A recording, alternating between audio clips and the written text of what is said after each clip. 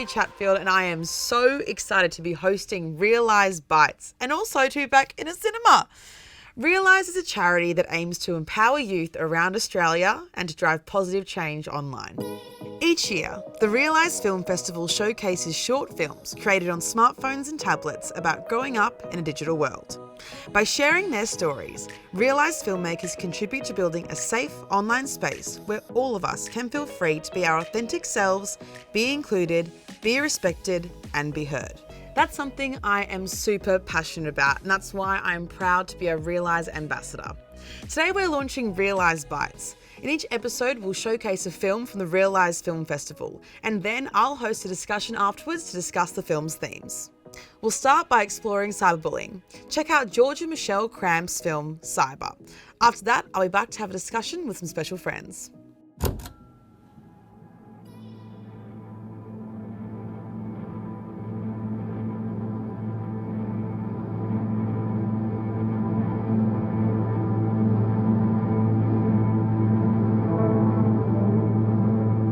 Once upon a time, you and all your kind lived underneath bridges, had ridges for ribs that dropped off into empty chests as if your hearts were all stolen treasures. As if an excavation crew were hired to dig up and remove the part of you that let you feel. And while the world above you invented the wheel, you stayed put, knowing it would one day need to roll over top of you to get to where it's going. You had an endlessly flowing supply line of food. You began to brood over humanity and made meals of our hope, as if crushing our spirits would make your mirrors cast better reflections than the ones they gave. And then one day, the world changed. But you all stayed the same. Just migrated from living underneath bridges to living underneath information superhighways. Days and nights became meaningless. Concepts like love fell into your gravity. We turned ourselves into life preservers, hoping to save as many as we could. But the fathers who stood guarding closet doors and the mothers who secured the floors underneath beds all shook their heads, not knowing how to deal with you. You who crept into our lives with tongues like knives, stabbing your words into our skin. You began uploading yourselves into our homes. You had computer screens for eyes and software for bones.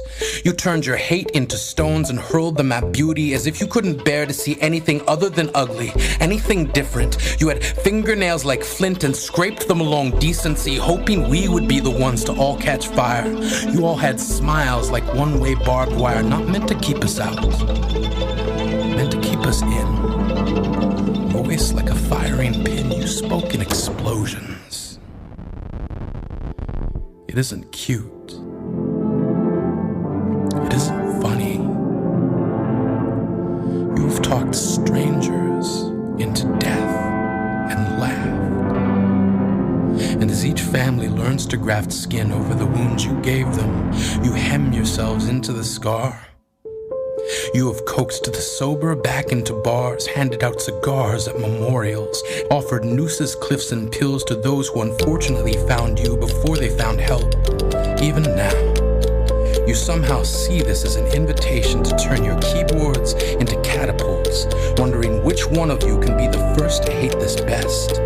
Your loathing, already dressed in riot gear, ready to incite rage, as if each message board is a stage where you recite hostility, turning freedom of speech into freedom of cruelty. We are stuck with you,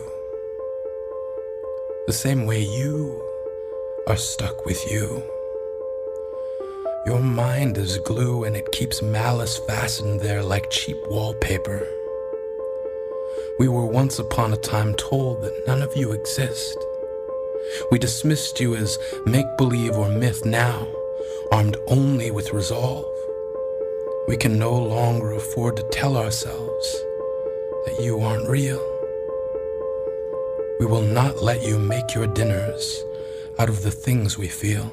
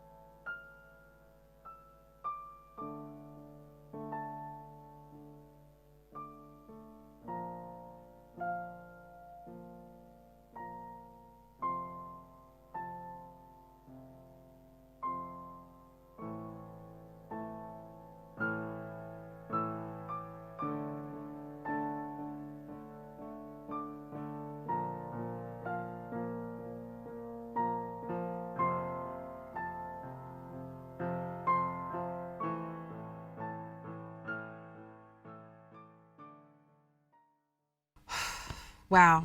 What an incredible film and such an important topic. I mean, cyberbullying is so prevalent. I feel like there are people everywhere that have been affected by it, and I'm certainly no stranger to it. Well, joining me tonight on REELise Bites, we have Georgia Michelle Cramp, the creator of the film Cyber, and comedian and YouTube sensation Alan Tsibulya. Welcome, guys. Georgia, congratulations. What an amazing film. Thank you. You made it on an iPhone 6?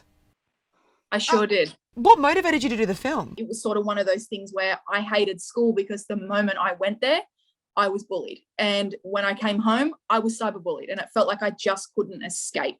And I didn't have a voice either. I really did not have a big voice. I was silent. I was so scared just to even speak out at school. And I just made the film to go, even if there is a small 13-year-old now and they watch it, they don't feel alone. That's basically what motivated me to make the film. Oh, that's amazing. Yeah, it would be hard being at school, being bullied, and then having no reprieve at all. Because you get home and then it's just continuous. How did you deal with that mentally? Like, because you don't want to turn off your phone, because the thing that I found when I'm getting trolled or cyberbullied is you don't want to turn it off, because it is also your source of joy with communication with the outside world as well. So it's like, just turn it off. It's like, what, then just sit in my room in silence, like ground myself. So how did you deal with it?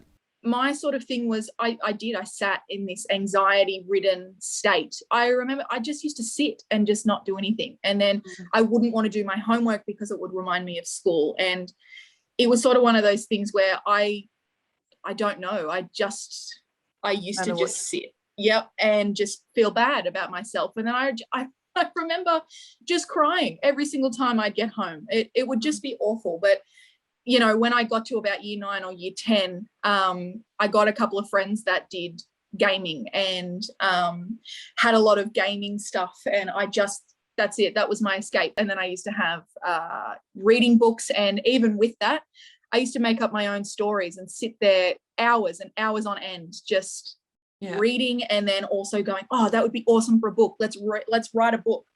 So I was in my own head a lot of the times. Right. And it made you scared of any additional socialization that could have helped you escape, because you're kind of like, you're shy of it. I was terrified. I still am. It's sort of one of those things where it comes back to you and you go, oh my God, what happens? What happens now, you know? Well, Alan, what's your reaction to George's film? Yeah, that's so interesting, George. You mentioned it's like that cycle of like cyberbullying and then in real life bullying as well. And it kind of just like never stops. That's so true. I hadn't thought of that. It's like we all need, like Abbie was saying, to get grounded and just to have some space away from it. But when you're constantly facing it, especially when you're young, I'm sure it gets intense. You know, I thought your film was so powerful. Like, one of the characters she was in a white dress holding a rose, which was very beautiful. And it was just showing that she was kind of representative of the beauty of the online world, which is like, you know, expressing yourself, connecting with other like-minded people, but how there's always kind of that pull behind us that we can kind of like be pushed into, which kind of I would think would represent like a negative headspace, you know. And I think that's what it is as well. The video kind of reminded me of like, it's those type of people who I guess they always have something going on with themselves as well, for them to kind of attack beauty when they see it. Yeah. Wow, that's so perfectly put, Alan. That's amazing.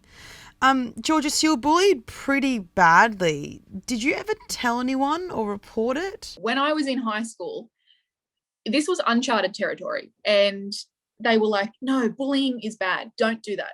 That's basically all they said. And it was sort of one of those things where I remember going in and being like, I'm getting cyberbullied. I don't know what to do. And this is a 13-year-old kid. I was silent for most of it. And it was only until year 11 where I went, no, you know what? I'm not going to do that. I'm not going to lay down now and stay silent.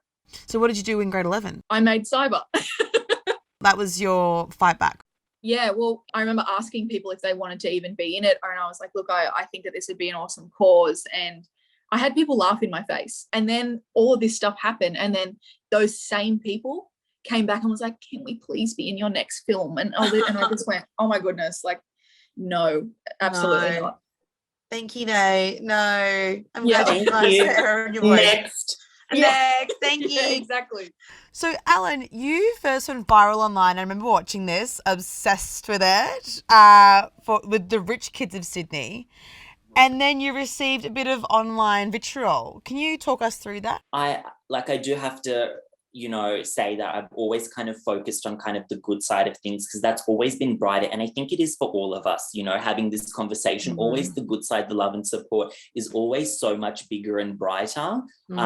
So for me, that kind of like all the like love and like feedback that came back at me, I was kind of like more kind of starry-eyed at that. I do understand for a lot of people, unfortunately, some of, these cyber attacks can get pretty intense and heavy. So I'm personally thankful that it hasn't happened to me personally, but I know it does go on, definitely. Yeah, happy for you. I've gotten death threats like once a month for 2 years, at least. It increases, it decreases. It's like, it's so hard. And it's like Georgia was saying, like you literally cannot escape it. And because my job is social media, everything that I do, every time something good happens, there's always a bunch of comments saying why I don't deserve it. And I think like the sticks and stones thing is not relevant, because if you see those words written about yourself every day, your brain has to start to believe it. Like there must be some rewiring, right?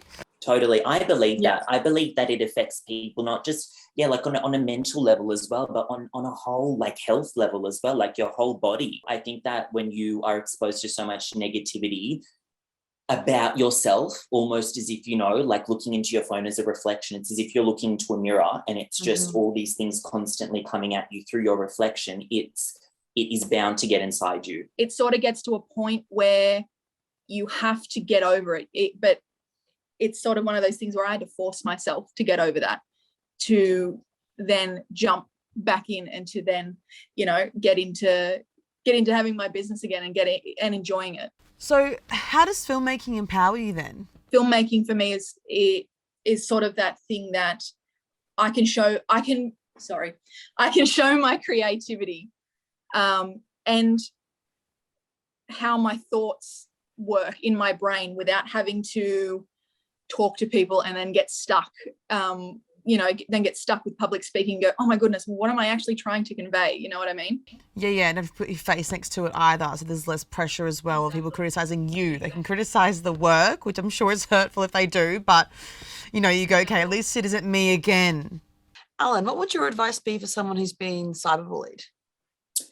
Yeah, I think just going off what Georgia was saying, it is like filmmaking allows you to kind of process your own thoughts without having to go to a therapist or whoever. So it's almost, it's like a spiritual, like meditative experience almost, you're putting things out there and then at the same time learning so much about yourself. But also, of course, I would also say definitely like blocking, just like saying like, just block them and bless them. Just get them out, because they obviously, they're like parasites, some of the trolls. They like thrive like leeches. They want to suck the goodness out of you. So I think it's really important to just not give them that outlet and just kind of close yourself off to them. Georgia, how did it feel having your film screened at the festival? That was one of the most amazing experiences. And as a kid that was so hurt and so disappointed by a lot of the things that were going on in my life, that was sort of one of those like the pearly gates, It was one of those things where I was like, oh my God, I've made it. This is where I can be me. It's amazing. Well, thank you both so much for your time. It was lovely to have a chat. I really appreciate it. You too, thank girls. You so much. And thank you for the compliment. Oh, gorgeous. Thanks, guys. Bye, girls. Lovely to meet you. See ya. Well, to anyone out there who's copying hate online, please remember you do not deserve it, and please reach out for help. Let's treat everyone online and offline the way that we want to be treated, with respect and kindness. Thanks for joining us. I'll see you next time.